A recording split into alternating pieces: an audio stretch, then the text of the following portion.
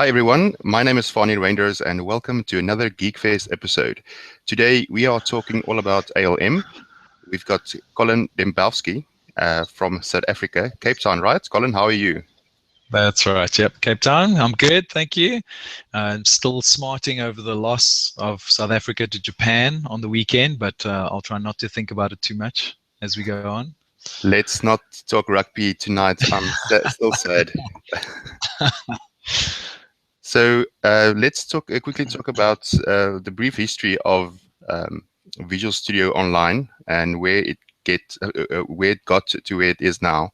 We all know TFS and how it's evolved over time. It's actually spectacular, going from a source safe scenario till a Git backend Visual Studio Online. Can you tell us a bit more about the?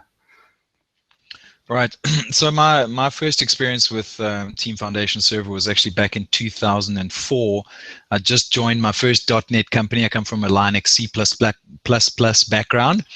And so I joined this .NET team. There were about 20 devs, and they were using zip files for source control just because they hated source safe so much. And just about that time, TFS 2005 Beta 2 came out, and I thought it was a good idea for us to get a source control tool in, and was quite intrigued about the work item tracking and some of the other capabilities there. Back in those days, it took about 3 days just to get TFS installed, and if you looked at the server sideways, the whole thing failed, and you had to literally format your whole server and begin again. And so it was quite difficult to configure, quite difficult to install, but it was a huge improvement over source safe. And really focused on centralized source control, and then work item tracking, and there was a build engine and some reporting. So it was really one of the first tools in the market, first application lifecycle management tools in the market that had an end-to-end approach, right, where you could put your source code in, manage your work, do an automated build, and get some reporting out, all in a single tool without having to patch different tools together, right?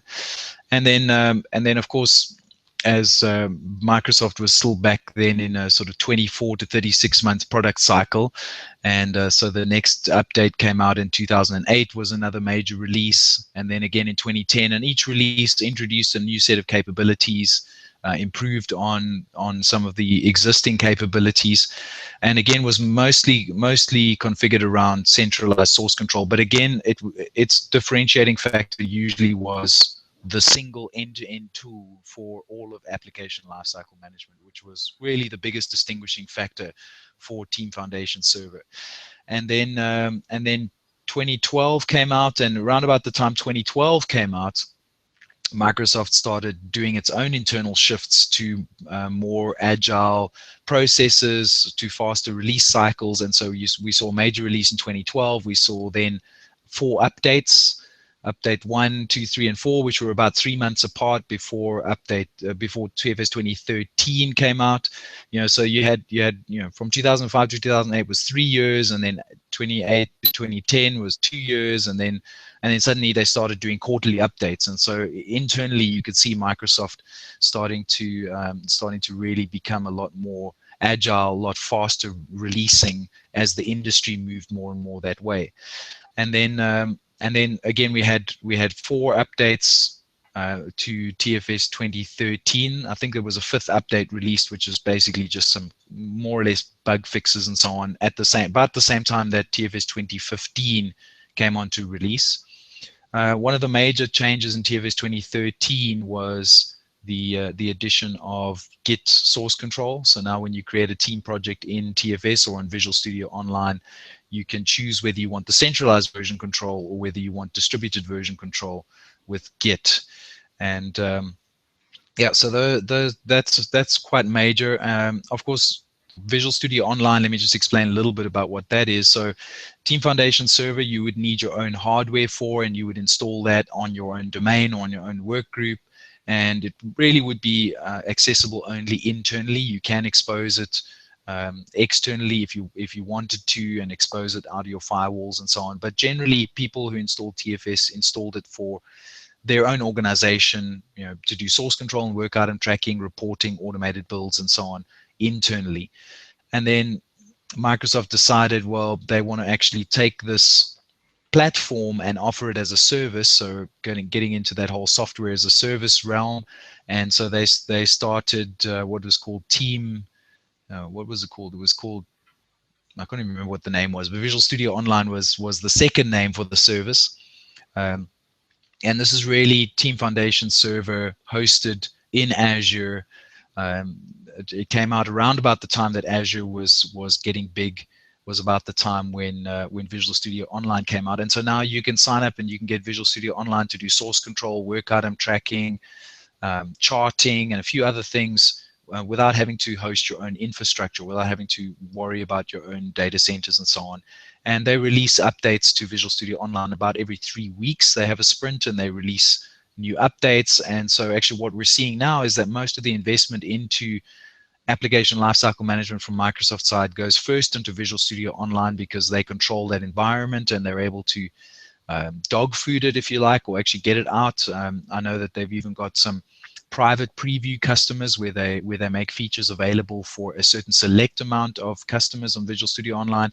Then they make it generally available, and then as those features become more and more stable, they then bake it into the updates for the on-premises Team Foundation server. So that's kind of more or less, in a nutshell, the landscape of Team Foundation server and Visual Studio Online.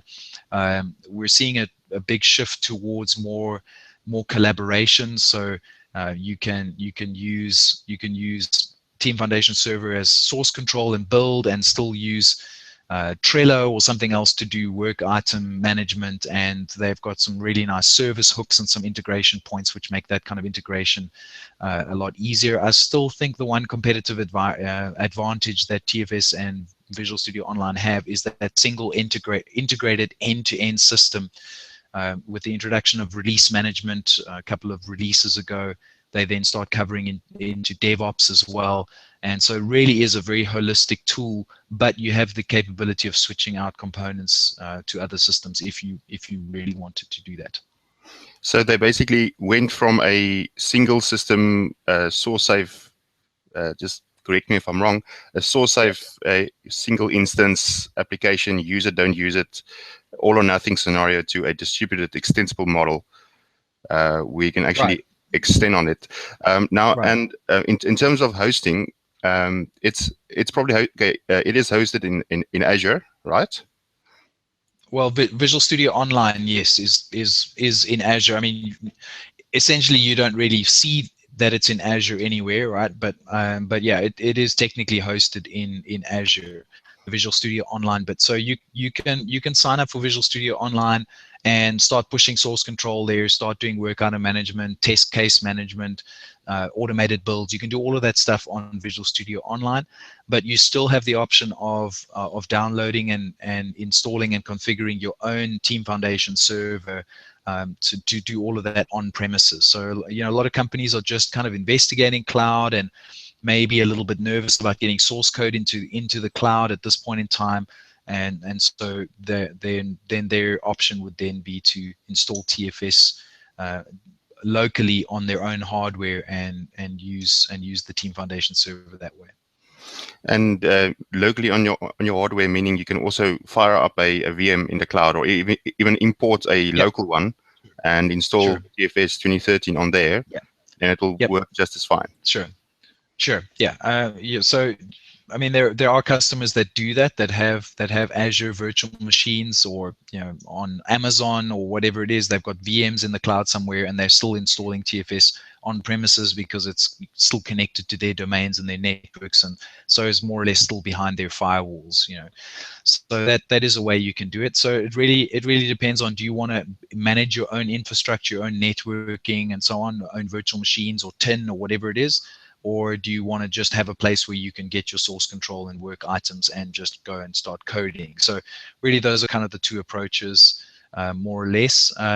There are some things that you can still do on premises that you can't do on Visual Studio Online. So some of the customizations available are not yet available on Visual Studio Online, but they're trying to make as much customization available online as possible. There's no reporting warehouse there, so if you're doing some very complex and very advanced reporting, you would do that on premises through a warehouse, through SQL services, SQL analysis services. There's a cube that lets you do some historical reporting and so on. But again, they're integrating Visual Studio Online with Power BI now and building up some data models that will start giving some of that historical and trend data, even if you're on Visual Studio Online. So, so they, because they own the Visual Studio Online infrastructure, they're able to more rapidly release features there. And so that's why we're seeing all the features pop up on Visual Studio Online first. And then once it's stabilized and they were happy with it, they then make it available on premises. I see. So the latest features first go into VSO and then it goes out to the actual product. Correct. Yep. Yeah, that's general. I mean, more or less. I think probably about 95% of the features that are coming out now we first see on Visual Studio Online before they actually make their way onto on-premises. Just there's a couple of very subtle differences about how authentication works and what security options are available between on-premises and Visual Studio Online. But by and large, we're going to see more and more features, or in fact, I would hazard to say 99% of any features we see coming out of Microsoft now are going to be on Visual Studio Online first before they hit on-premises. And the best part is 5 users is free. Correct. Yep. So and you get 5 users. Correct, and it's totally private. So you get 5 users for free. They've actually made quite a few changes to their licensing model over the last 6 or 12 months. The licensing model's changed a couple of times, and so the amount of free stuff you get, or the amount of value you can get at a very low price point is quite compelling. For Visual Studio Online, seeing what you can get. So you get the 5 free users, and then you can start getting basic users, and you can actually rent for, you can buy a license for just 1 month and then take it off your subscription. So you're going to have a couple of testers come in and do some testing. You could then set them up with accounts and actually remove them afterwards. And so, the price points actually become better and better as Microsoft releases more and more capabilities. It's almost like the auto-scaling feature of Azure, where you can just auto-scale your users like you want. Yep. If there's a job coming in, and you can just join 5 devs, pay like a month, and it's quite cool. Yep. Yeah. Exactly. I mean, and that's one of the advantages of having Team Foundation Server on premises, is that it's not limited to how many users you have. So you can have as many users as you want for the stakeholder version, right? So there's different versions of the on premises. Most of them are linked to MSDN licensing. So most dev shops have some form of MSDN licensing. And so those MSDN licenses will give you client access licenses to Team Foundation Server. And then there's other capabilities that you unlock for higher versions of MSDN. But the price points are actually quite amazing compared to what they were 3-4 years ago. All right, brilliant. So now I would like to see some demos. You have something to show us? Yes. So what I'd like to do is I actually want to show you some of the features that are on Team Foundation Server 2015. So I'm running this on a virtual machine in Azure. All right, so I've got an Azure VM, and it's running Team Foundation Server and Visual Studio and a whole bunch of other stuff. So it's not the zippiest virtual machine, but I do use it for a lot of demos. So that's what I want to show you. And the reason I want to show Team Foundation Server 2015 is because that's, even though a lot of people are playing around with Visual Studio Online, most of the customers on Team Foundation Server / Visual Studio Online are still on-premises customers. So most of the customers, most of the audience, I would gather, or I would hazard to guess, are actually on Team Foundation Server. So I want to show what's new in TFS 2015, and we can take it from there. Tell me, before you carry on, is there a migration path going from on-premise to online scenario, or is that not yet built? Well, they had a migration process which was out for a couple of months, and then they actually shut that program down. So there's no easy migration path. There is a third-party vendor that's got a tool that will help you migrate, and we've had various. We've had some successes and some not so successful migrations there. So this is definitely something that the product team are getting a lot of feedback on for customers that are saying, okay, we have some source code and work items, builds, and so on premises. We want to move onto Visual Studio Online. Unfortunately, there's no single button click that will let you do that at this stage. So you still have to go through some sort of migration process, and like I said, with varying degrees of success. So hopefully the team will make it a little bit easier to transition should you want to do that. Yeah, I'm sure that will be the case. All right, so let's jump into some demos. Great. So let me just share that screen.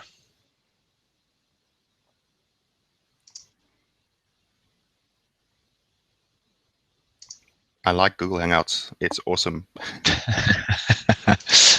All right. It's supposed to be using Skype for business, but. All right. All right. So hopefully you're seeing. Actually, let me just before I do that, let me actually move. I'm going to move the Google Hangouts to my other screen. Just a few seconds. All right. So then at least I can keep an eye on what's going on here. All right. So. You haven't shared your screen. Did I unshare that? Okay, hang on. Let me just make sure that I'm actually sharing that screen. All right. Here we go.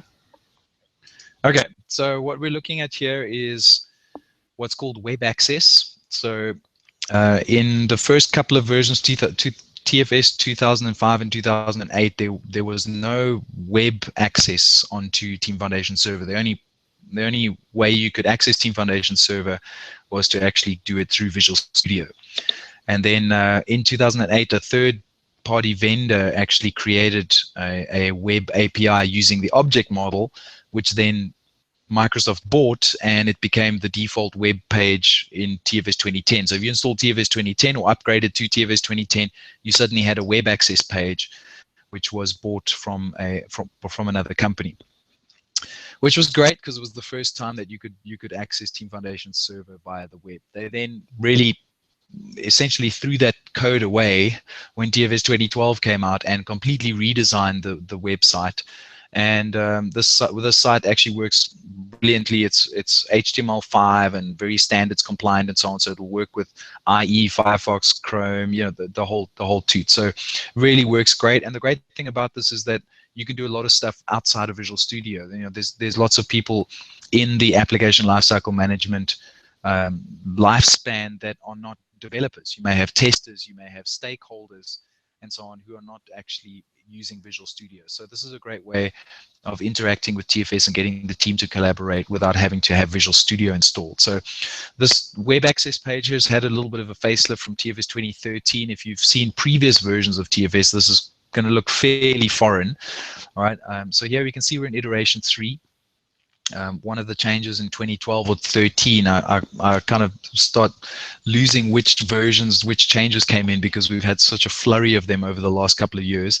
But right. You can actually set dates on iterations now, right? So this virtual machine set to September 2014, right? And that happens to be within the dates that I've specified for iteration 3. And we're actually looking at the homepage for the mobile team. So the way that Team Foundation Server is, the hierarchy works, if I can put it that way, is that you have your server. Your server then can be split into one or more what are called team project collections, and the collections are kind of logical servers, right? So you could have 2 different collections which are totally separate, but they can run on the same hardware essentially. So the collections are really kind of logical servers, and then each project collection you would then create team projects, and the team project, I hate the way they use the word project, but I don't know what other term they could have used, but really it's just a bucket. It's a bucket for source code builds, work item right. tracking, test cases, right? And so that's called a team project. And then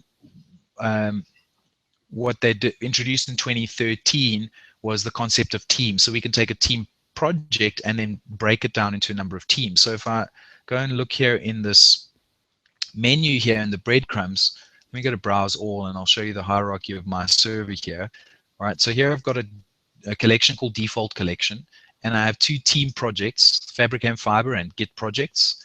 And Fabricam Fiber has got 2 teams, core team and mobile team. All right, and the advantage of this is that we can have work items that go to the mobile team, we can have work items that go to the core team. And if I'm a mobile team developer, I don't want to see, I don't really care what the core team are busy with. All I want to see is what the mobile team's busy with. And so this home screen here, you can see it's in the context of Fabricam Fiber Mobile. So this is what all the mobile team members are going to see. These tiles here, the charts over here, these are all scoped down to work that's specific to the mobile team. All right. If I switch over to the core team, you'll see that they've now organized. Yes, well, I've got it's not Fantastic Four. I actually got into trouble from someone when I did this demo once because I've mixed some of DC and some of Marvel superheroes, right? So but they're mostly Avengers, right? There's Superman in there as well. So but mostly they're Avengers. There's Batman and Superman and Spider-Man make some appearance here. So it's superheroes. Okay. All right, and yep. All right, so you can see here how the charts here are different for the core team because they may have a different way of wanting to work, a different way of looking at things. All right, so let me go back to the mobile team. So this will feel familiar if you're coming from TFS 2013. So not too much has changed here. Let me go to the backlog here. So this is where some of the first major changes have come in. So the backlog really is just the list of all the requirements that are that the team are working on currently, right? I'm using the Agile template for this particular team project. So my requirements are called stories. If this was the Scrum template, I would see something called product backlog items over here. If I was using the CMMI template, I would see requirements, right? So, but each of them have requirement work items. And then you'll see that there's actually 3 levels of backlog here. There's stories, features, and epics. All right. So stories and features you will probably have seen if you used to TFS 2013. Epics are new, and this is part of the new one of the new features in TFS 2015 is support for what's called SAFe or Scaled Agile Framework. So in Scaled Agile Framework, you have stories, and the teams will work on stories. You then have feature teams that'll work on larger features, and then you have what do they call it? Kind of like they're higher level, almost executive level trains, right? So they have these epics that are broken down into features, and the features that are broken down into stories, and stories then down into tasks. If you want to go all the way down the hierarchy, all right. So the backlog they've made. Did you want to ask something again? Yeah, sorry. The stories are the same as the backlog items in the Scrum template, right? Correct. Yeah. So they've got some slightly different fields, but conceptually it's the same thing, right? You want to represent all the requirements in the system at this level, right? You're going to bunch requirements, product backlog items, stories, whatever you want to call them, into features, and then you're going to bunch those features into epics, right? So an epic might be a sort of a 6-month project that's going to be broken down into a number of major features, which are then going to be broken down into use cases or user stories, and then those are going to be farmed out to developers with tasks, right? So that's kind of the general way of using it. Okay. So you'll see here there's these plus and minus buttons on the backlog here. So if I expand one level, you'll see that the backlog expands then down. It actually is going to take these stories and open up each story, and I can see all of the tasks that are then parented into the story here. All right. And I can shrink those down as well now. So that's just a little bit of usability improvements. So that was kind of a little bit hard to do on TFS 2013.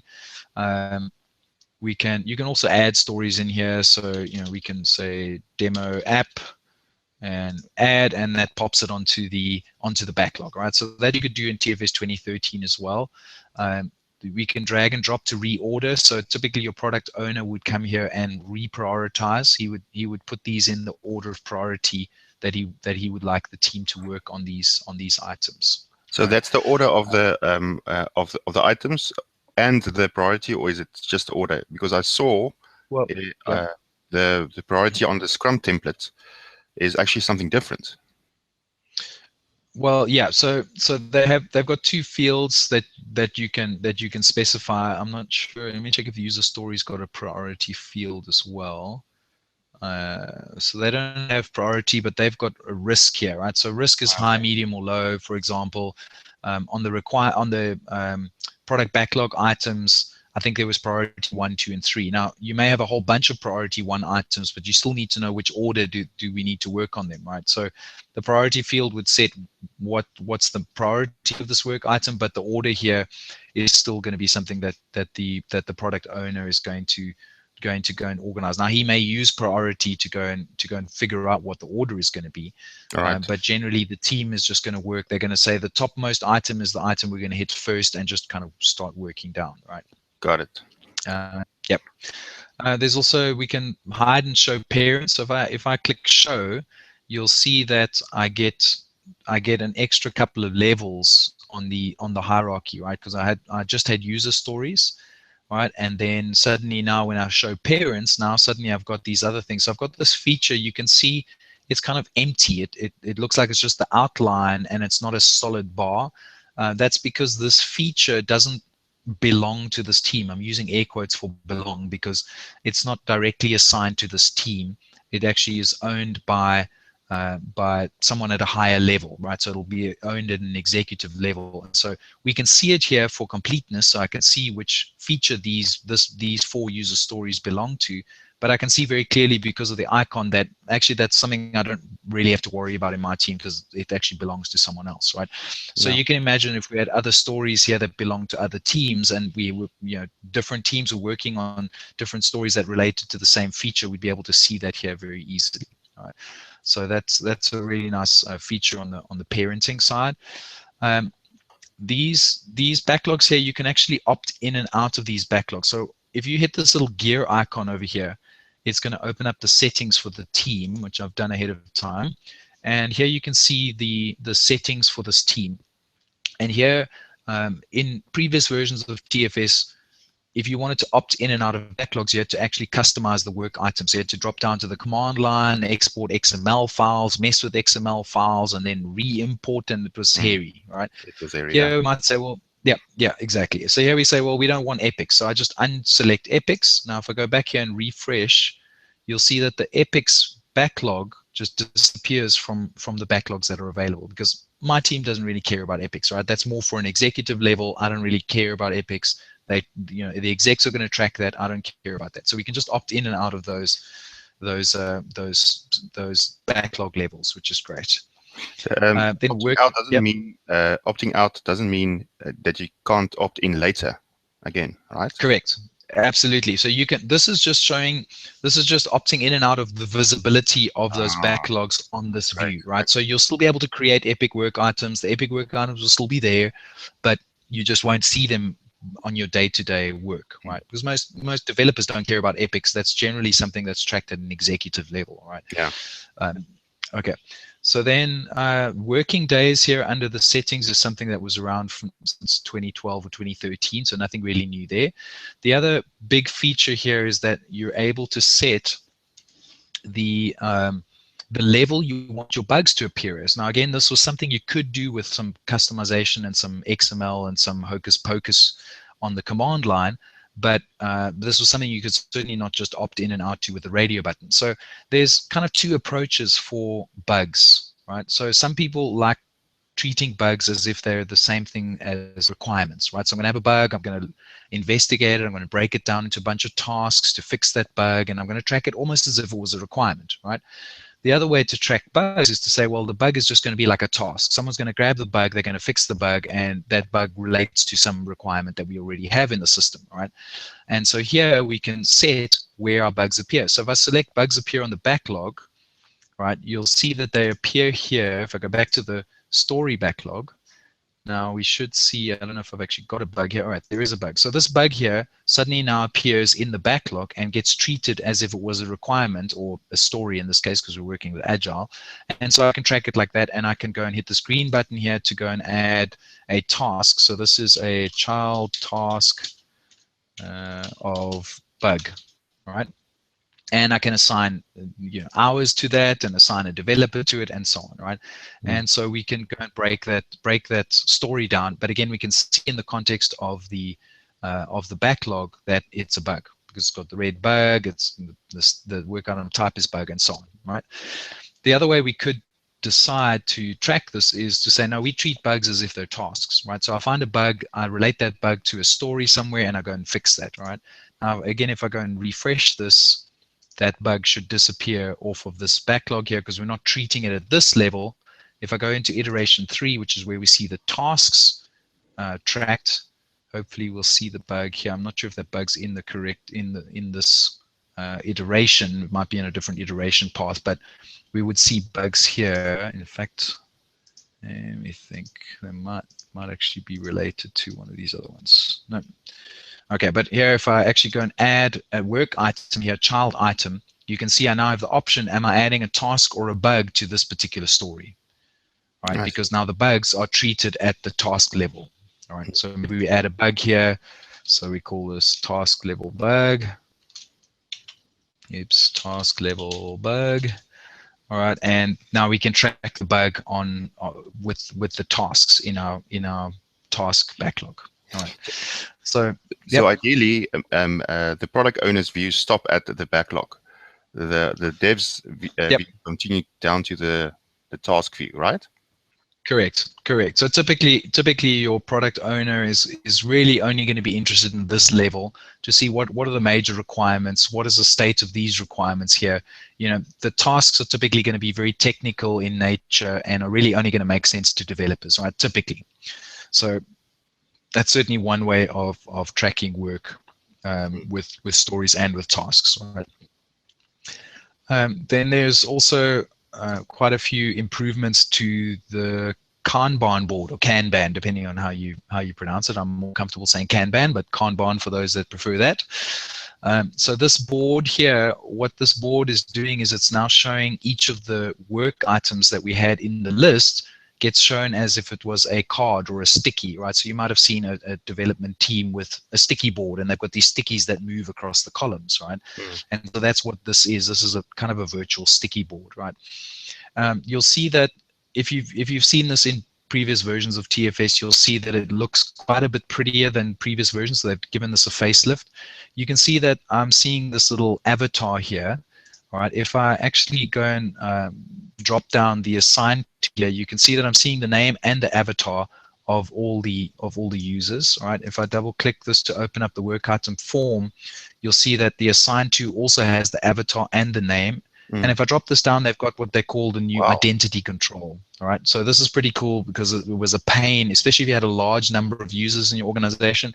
Yeah. This was a pain. So let me just type in Bruce. Right now, as I type in Bruce, you can see it's actually bringing back 2 users that have Bruce in the domain name, right?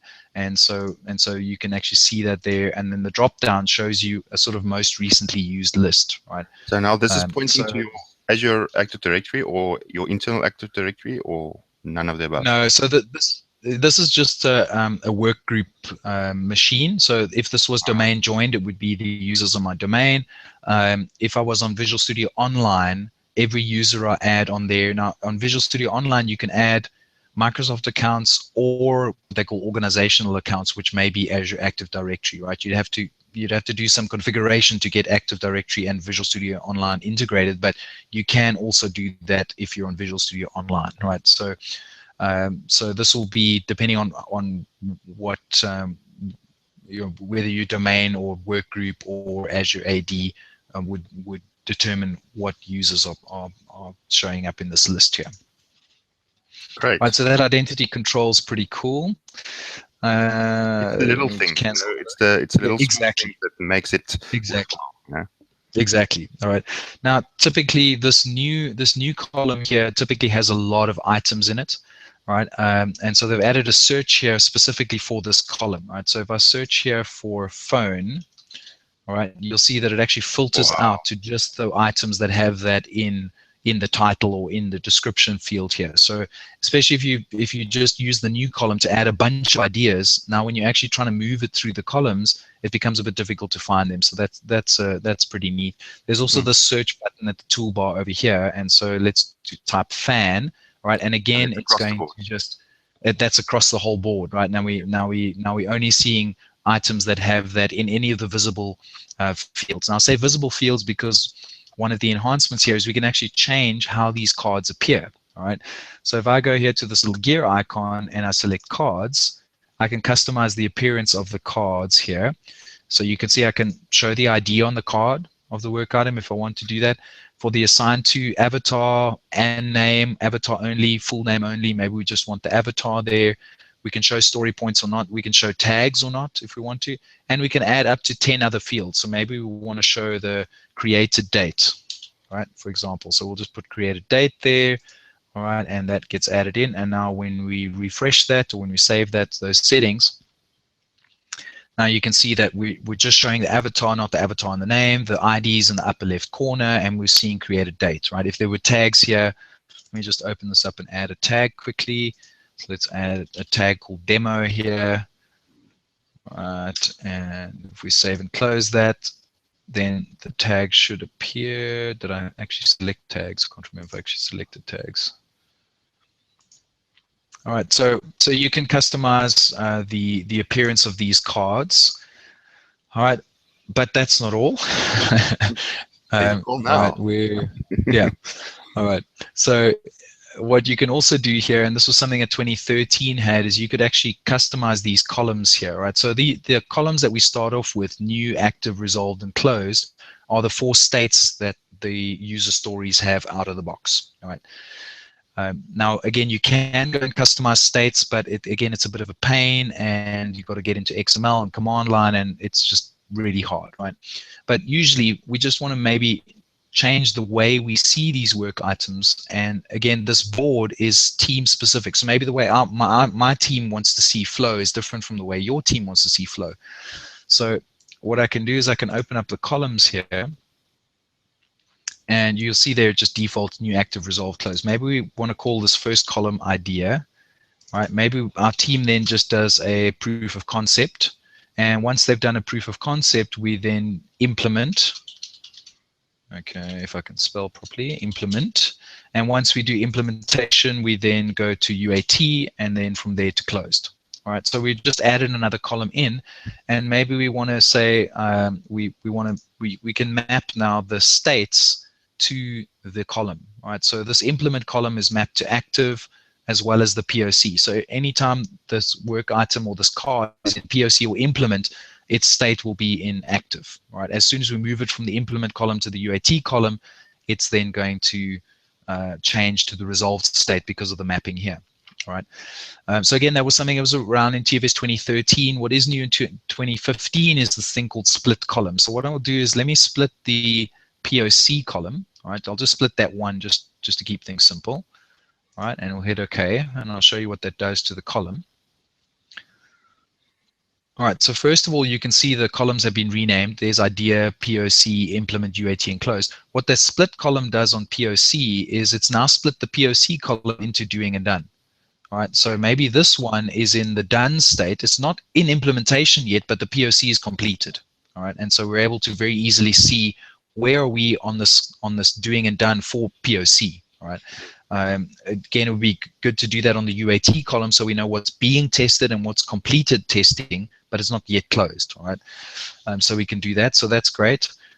We can also specify, oops, not cards. I want to go to columns again. We can also specify definition of done. So if you're doing Kanban, then you have this definition of done thing. So POC will edit the definition of done, and this is just markdown. We can say POC complete or something. All right, and if I can scroll this up, right, we'll say okay, and maybe the definition of done for implement is coded and unit tested, right? And we can use markdown, so I'll underscore that to italicize it, right? And once we've done that, now anyone who comes to the Kanban board, you'll see this little blue icon appear there, and if we click that, it'll show the actual definition of done for that column, which is great because we don't have to go and ask and so on. We can get some context right there. Finally, the other change I wanted to show on here is something called swim lanes, right? So the canonical example for this is we have our default flow, but we may also have an expedite lane, right? So Sometimes we've got some stuff that business really wants to get through quickly because of, you know, regulatory reasons or whatever. So we want to expedite it through. All right. So what we can do is we can create another swim lane.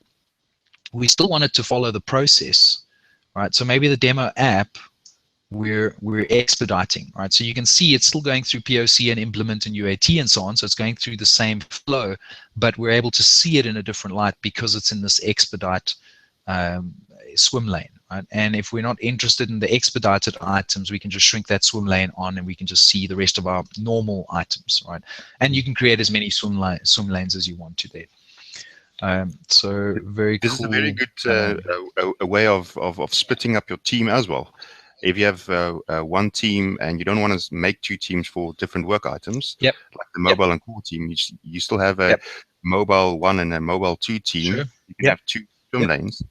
Yeah, having one focus on iOS and the other one on, I don't know, Android or something. Correct. Correct. Yeah, I mean, especially if your team's really small, maybe you've got 4 or 5 people, but you're doing mobile development and you're doing web development, right? Yeah. And maybe you want to just keep an idea. You know, you don't want to make 2 teams with 2 members and 3 members because it's just too small. You want to treat all 5 members in the same team, but they've got different focuses from different time to time. So that would also be a great way of using the swim lanes, right? Yeah. Yeah, so that's a great one. You can also shrink the idea column and the closed column down so that you really get to focus on just the kind of the active columns in the middle, right? I can't remember if that was available in 2013, but I like that on the board for 2015. The task board, at this point in time, the task board's still a different board to the Kanban board or the story board. So some of those customizations are available. You'll see the look and feel, and you can see how it's made this card bigger because it's got some more information on it, and so it resizes the cards to use space very well and so on. Unfortunately, you still can't customize the columns on this view, but you can customize the cards and the fields and so on, right? So not quite as customizable as the Kanban board, but still already looking quite a bit better. You can also add items directly on the board here with this new item here. What's also quite significant here, which I didn't show when we were looking at the backlog, is the unparented items. So let me shrink some of these down. I don't have any. Okay, so if I come back to the backlog here. Right, so in order for a task to appear on the backlog, it has to actually be parented to a user story. Well, that's the way it worked in 2013. If I go and add a new task now, let me just go back to the home page and just add a new task. We'll actually see it appear in a new unparented category. So let me just create a new task. All right, it's going to default to the area and iteration for this team. All right, and we'll just call this unparented task. All right, and now once that's created, if I go back to my iteration backlog, now I've had a lot of my customers that actually created a story called unparented items or something like that, or orphaned items or whatever because of this thing, right? So now you can see that TFS automatically puts in this gray item there called unparented, and all the unparented tasks and bugs would then appear here automatically, right? So now that, just like you said, it's the small things, right? Yeah. These things make TFS a pleasure to work with, right? So really is some small stuff there.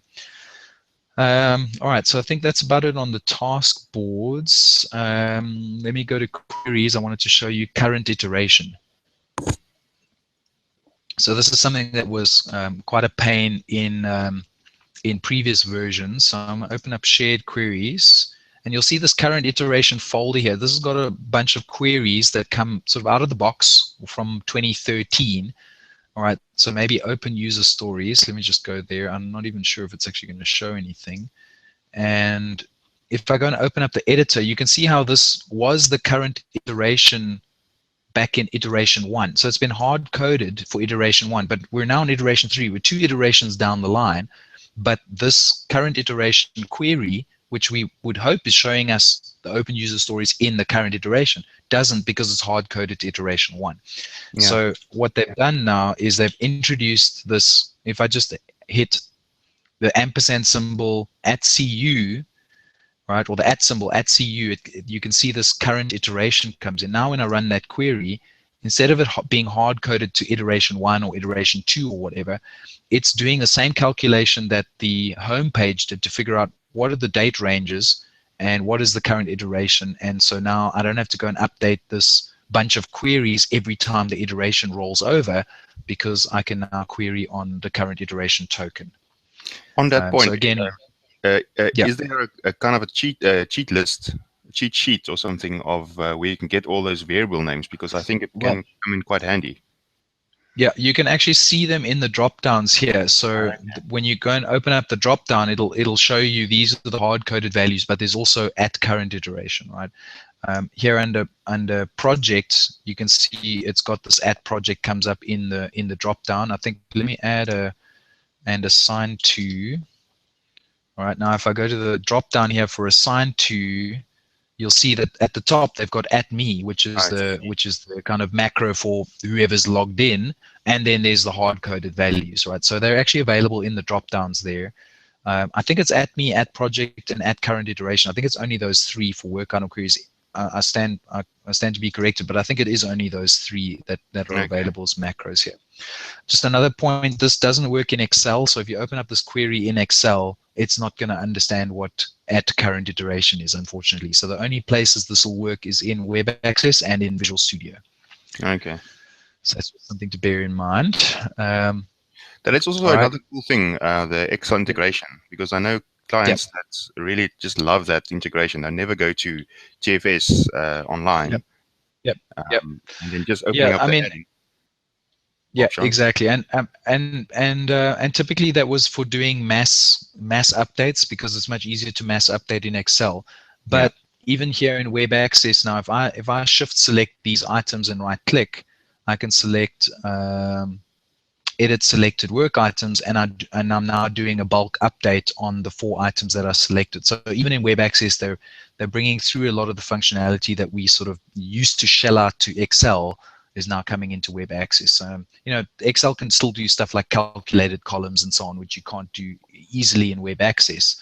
But I'm finding myself going less and less to Excel because of the improvements to work item tracking and querying in Web Access. All right, so current iteration was a very cool one to see come through. The other really fun feature is something that has been on the backlog since 2005 days, and that is team project rename. All right, so if we come here to the list of team projects, so in my default collection, I've got Fabric and Fiber, and I've got Git projects. All right, if I click on, these are the 2 team projects I have. Let me click on Git projects. You'll see this little arrow here next to Git projects, and the menu has this little rename, right? And if I rename this, I can rename this to my Git projects or something, all right? Now I'm not actually going to do that now, but it would basically warn you to say, hey, depending on the size of work items you have and how big your source control is and so on, it may take a while and so on, right? So, but you could do this on the weekend very easily. You may have a little bit of teething issues as users come in after you've done this, because especially if you're using Team Foundation version control, the centralized version control, the workspaces are bound to the team project, and so you kind of sometimes have to reset your workspace and your workspace mappings to take into account the rename. Visual Studio 2015 is a little bit better at this than the older versions of Visual Studio. I think one of the updates now to Visual Studio 2013 helps with that. But that's just something to be aware of, that there could be teething issues when you rename at the clients, right? Not really on the server, but for clients. All right, so that's team project rename.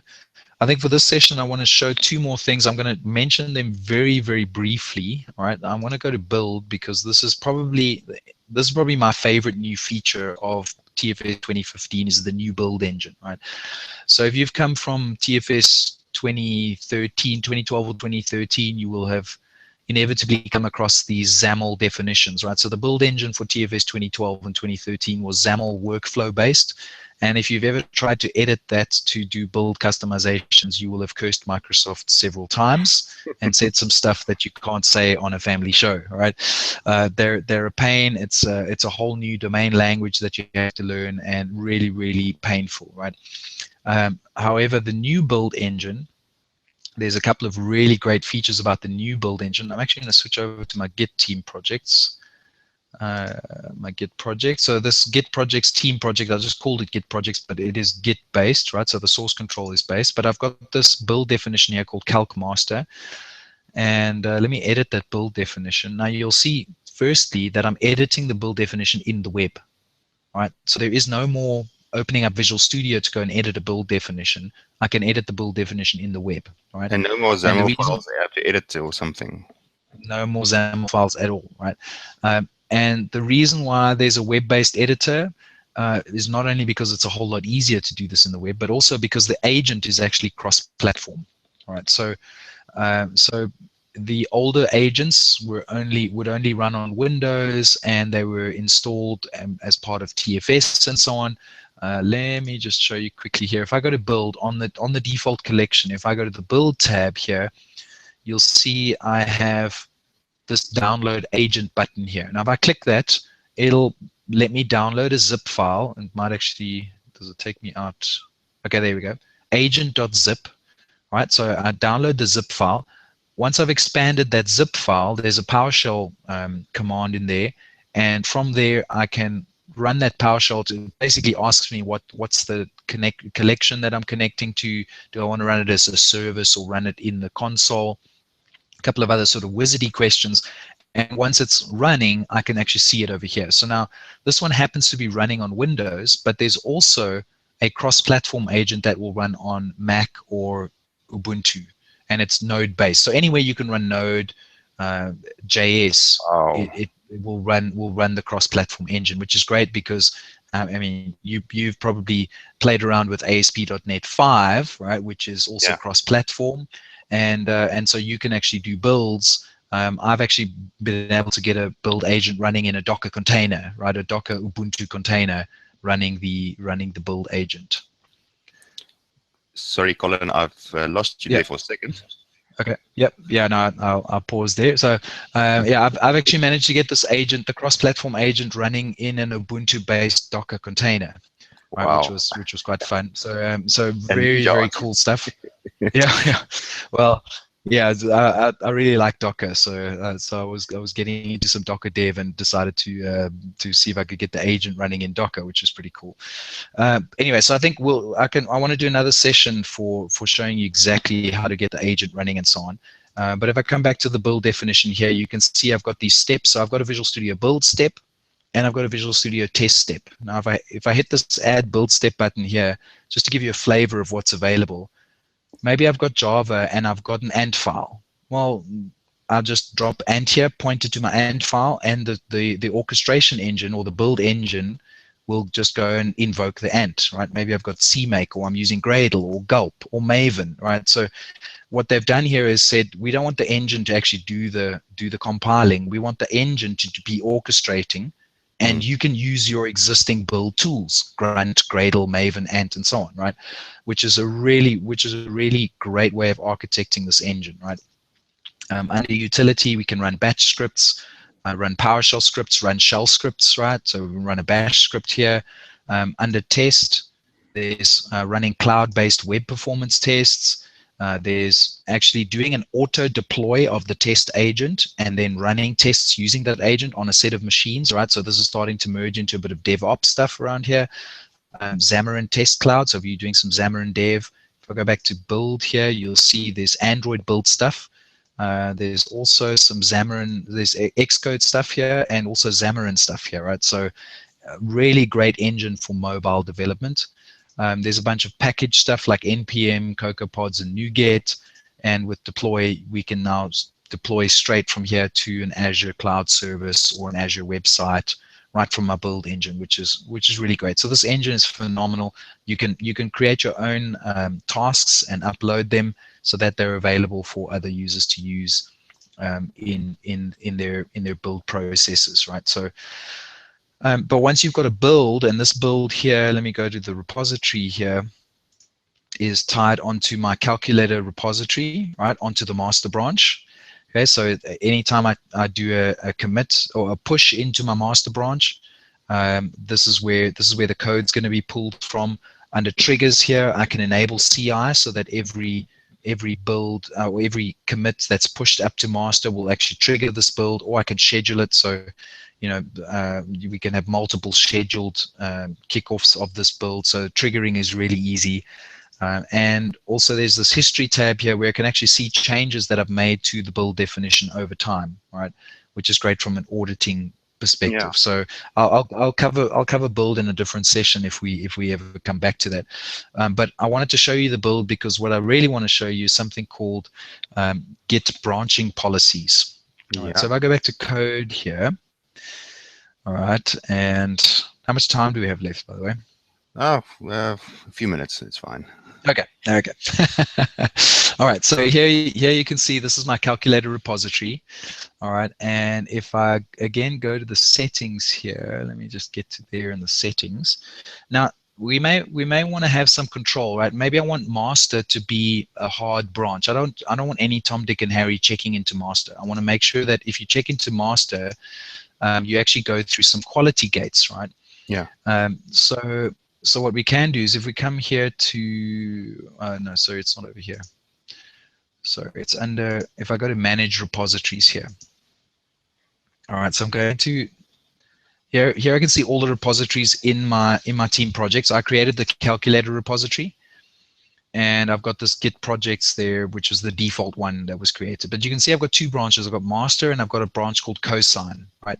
Yeah. So the master branch, I'm going to come over here and you can see this new tab here called branch policies, right? So I'm going to say, you know what?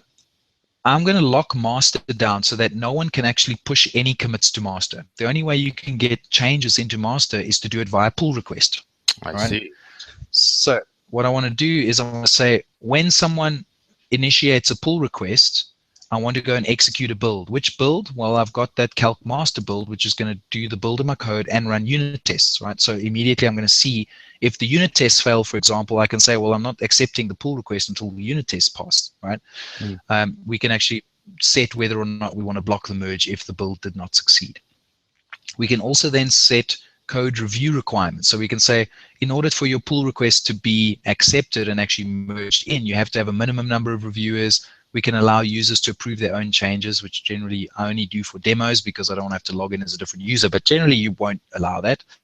All right, and you can add paths here. So you can say if anyone pushes to this particular path, I want this set of reviewers. If someone pushed to this particular path, I want that set of reviewers. So you can kind of auto set up some groups of reviewers for different parts of your repository, right? But I'm going to enable the build and the require code reviews on the pull requests. All right.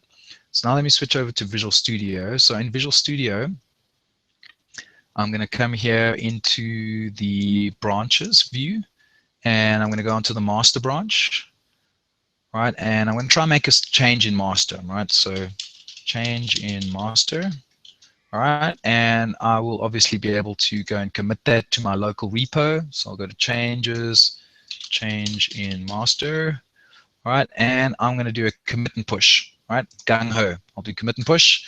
So the commit is gone, and now push successfully to origin master. Not exactly what I was expecting. Let me just make sure that I actually did save those changes. Oh, there, I didn't hit save changes. Okay, so let me hit save changes this time. All right. Now that I've done that, all right. So let's do another change. Yes, exactly. All right. So this is the gung ho change. All right. So let's try that again. Changes, okay, gung ho, and now I'm going to commit and push, and fingers crossed, toes crossed. All right, now you can see it says errors encountered during push. See the output window. Now if I go and look at the output window, it says that pushes to refs head master are not permitted. You must use pull requests to commit the changes. Right, so now I'm blocked from actually pushing any changes directly to master. All right, so let me go back to web access. I've actually I've created a feature branch. let me go back here. I created a feature branch called cosine where I implemented, well, I didn't really, but I made some changes on the cosine branch. All right. Now you can see when I come and open up the master branch, it says, hey, I've noticed that cosine had a commit push to it about 4 hours ago. Do you want to create a pull request for that? So I'm going to hit create pull request. Okay. Now you can obviously go and create the pull request without having to come into this dialog here as well. All right. So you can create a pull request at any time from any branch to any other branch. But again, it's that attention to the small details which I like. All right. So we can see here this is a pull request from the cosine branch relative to master. All right. It's going to take the last commit message as the name of this pull request, and there I can see I've actually got 2 commits that were pushed. Right, so I can actually see all the commits that were pushed there. I can actually see here every file that was changed, and here's the diff. So again, I made some amazing comments over here.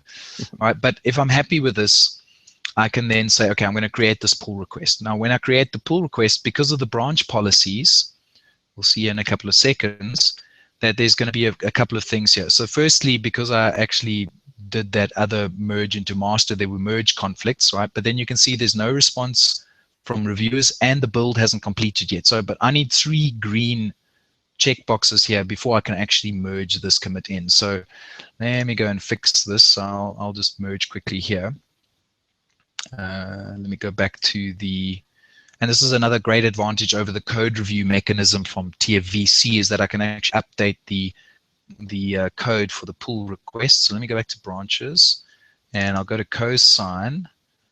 And if I right click, I can merge from, so I'm going to merge from master onto cosine, all right, and hit merge, right, and that's going to open up the conflict dialog. So I'll resolve the conflict. So I'll merge to open up the merge dialog. All right, and there I get the gung-ho and the change in master that shouldn't have gotten in there. And here's the change that I made originally. And now that I've merged those successfully, I can then go and commit the merge back. All right, so let's accept the merge. Oh, hang on. Did I do that? Yeah. All right, so I'm going to accept the merge result and I'll commit that merge. All right, and then I'll go and push that again. So we'll go to sync. And let's just make sure that let me close that. I don't need that anymore. Let's go and refresh here.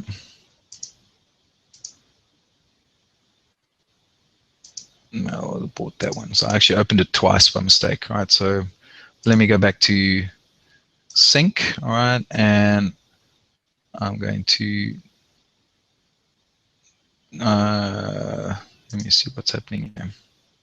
No changes. That might have actually, let me just do a sync here. I think that's gone and done the push for me. Let me go and check here.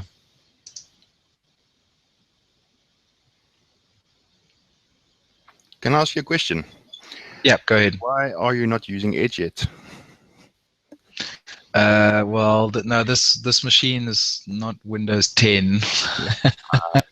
Right, so this is my VM that I'm remote desktop into. Right. Yes. I've had some good and some bad experiences with Edge, so I'm kind of jury's out on that.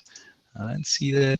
Did I actually do that? I don't think I actually committed. Let me just go and check my changes here. Maybe because I opened it twice. Let me just check if there's any conflicts here quickly. I don't know what I've done now. I normally find when I have issues like this, it's normally not included into Solution Explorer at all. Yeah, and I think I hit this merge button twice, right? And then it sort of was open twice, and so instead of accepting the merge up here, which is what I should have done, all right, there we go, and there's the commit merge button, right?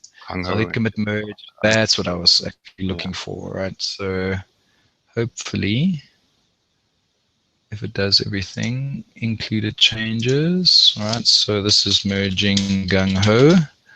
All right, and now I can commit and push. All right, so that's what I wanted. All right, so there go the merges. Right, so again, that's just a great demonstration of if there are going to be conflicts, I have to resolve them on my local branch before before they're actually going out onto my server, right? So that by the time the pull request comes around, the merge has already been done. So let Which me kind of makes refresh sense. here once again. Exactly. So now we should hopefully see.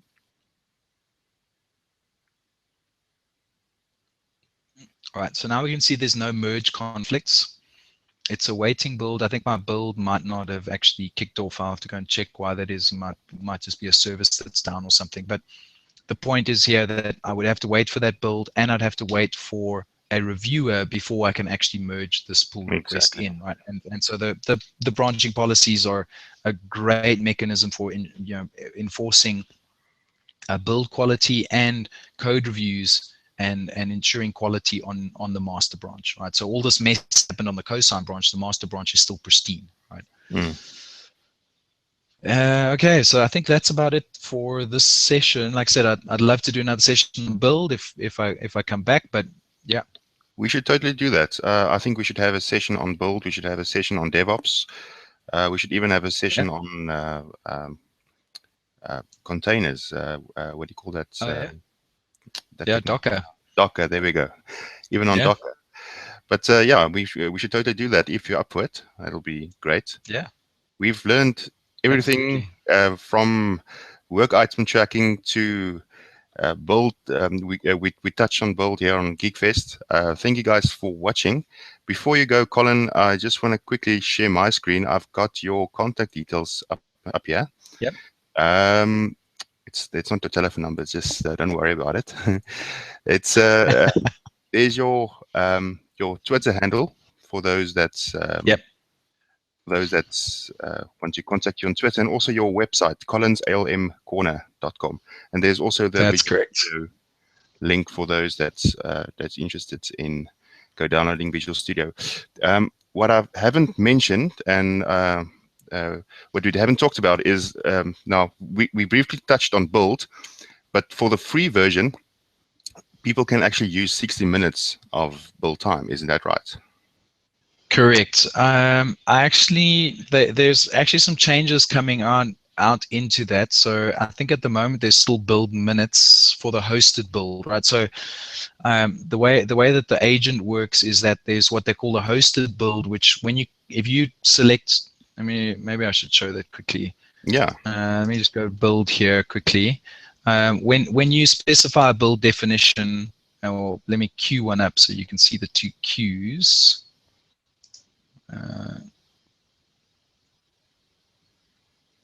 All right, so let me just go and queue the build. So if I queue the build, I have to select which queue I'm going to queue this build definition onto, right? So I've got a default agent pool, and okay, and the hosted build's not showing here because I'm not actually connected to the internet from this VM. But right. We would see another queue here called hosted. Now, what the hosted is it's actually a VM in Azure that literally gets spun up on demand, right? So when you queue it up, this VM gets spun up with the agent installed and configured. It then downloads your repo, does the building, does the testing, does whatever it has to do, and then it literally throws that VM away. Now, the hosted build, you get 60 free minutes, 60 build minutes per month free. Although that might be MSDN linked. I'll have to actually go and check up exactly where you get the 60 minutes from. But no, you do get 60 minutes free on the free level. Yes. You're right. Yeah. And then, but they're changing it to be, so that if you have your own agent, you get one agent for free. But if you have more agents than that, then you start paying per agent. And so there's some changes to the licensing model coming there. But if you're using the hosted agent, you don't have to really worry about that. Each build takes up a certain amount of time, and depending on how long those builds are, you pay for the minutes that the VM uses, right? So yeah, so you get some free minutes. You get some free load testing minutes as well, so you can actually do cloud-based load testing where you're generating load from Visual Studio Online's infrastructure, which is great if you're doing Azure web development and so on. So that you get a ton of free stuff there. Brilliant stuff. We should totally do a build session next. If you're up for it, that'll be great. Yeah. Anyway, thank you for your time. Appreciate it much. This side, we've learned awesome things here on GeekFest, and thank you guys for watching. Any comments are welcome. below this video. So please also subscribe to our videos. Thank you guys and have a good day. Cheers. Thanks, Fani. Bye.